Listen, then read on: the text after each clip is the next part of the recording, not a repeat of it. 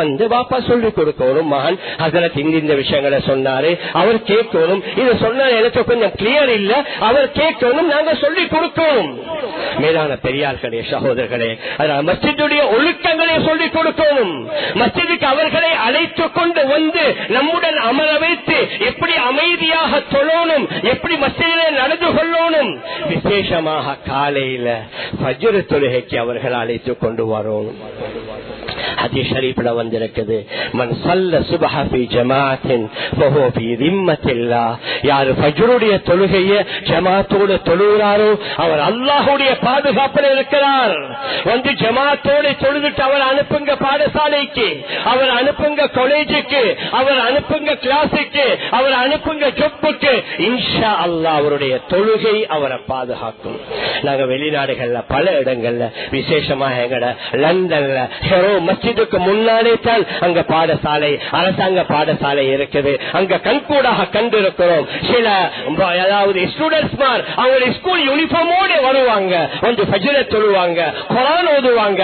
Half an hour ஒரு 1 hour குர்ஆன் ஓதிட்டு இப்ப பாடசாலை போகிறார்கள். அவங்களோட வாப்பாமார் சொல்லுவாங்க, மாஷா அல்லாஹ் எங்கட பிள்ளாண்டா அவருடைய விடயத்தில் எங்களுக்கு எந்த பயமும் இல்லை. ஏன்? அவருடைய தொழுகை அவரை பாதுகாக்குது, அவர் ஓதிய அந்த குர்ஆன் அவரை பாதுகாக்குது. மேலான பெரியார்களே, சகோதரர்களே, அதனால நாங்க ஃபஜ்ருடைய தொழுகையை ஆண்கள் வீட்டில் ஜமாத், ஆண்கள் பள்ளிக்கு வந்து நம்முடைய வயது வந்த மகன்மார்கள் அழைத்து கொண்டு வரணும், அவர்களை குர்ஆன் ஓத வைக்கணும். நிறைய பேர் வீட்டுல ஷைத்தானுடைய பிரச்சனை, சிஹர், சூனியம் என்ற லட்சக்கணக்கில் செலவழிக்கிறாங்க. எங்கட நாட்டில் உள்ளவங்களும் அநேகமாக யாருக்க சிகிச்சைக்கு போறாங்களோ போறவங்க எல்லாம் சொல்லாமல் இல்ல, ஒளி செஞ்சிக்கு, உங்களுக்கு குடிக்க தந்திக்குது, உங்களை கடக்க வச்சிக்குது, உங்களோட வீட்டுல புதைச்சிக்குது. மேலான பெரியார்களே, சகோதரர்களே, நாங்க எங்கட வீட்டுல குர்ஆன் ஓதிரோம், ஜின் ஷைத்தான்கள் நெருங்க மாட்டாங்க.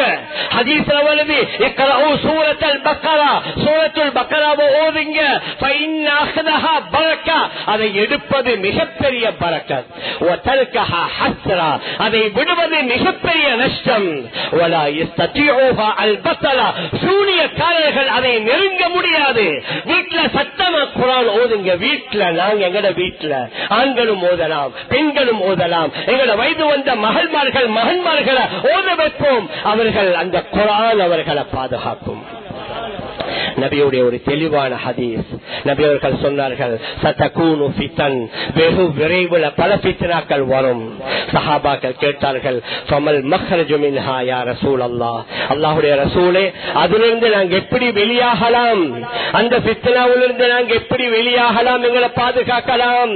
நபி அவர்கள் சொன்னார்கள், கிதாபுல்லாஹ், அல்லாஹ்வுடைய கலாமாகிய குர்ஆனை பற்றி பிடிங்க. அந்த குர்ஆனுடன் அவர்கள் இணைந்தால் குர்ஆன் அவர்களை பாதுகாக்கும்.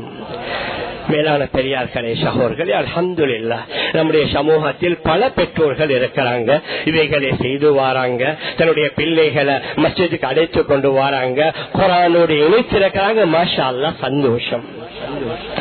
ஆனால் இன்னும் சிலர்கள் அவர்களுடைய பழைய அமைப்பிலேயே தளர்ந்து கொண்டிருக்கிறார்கள்.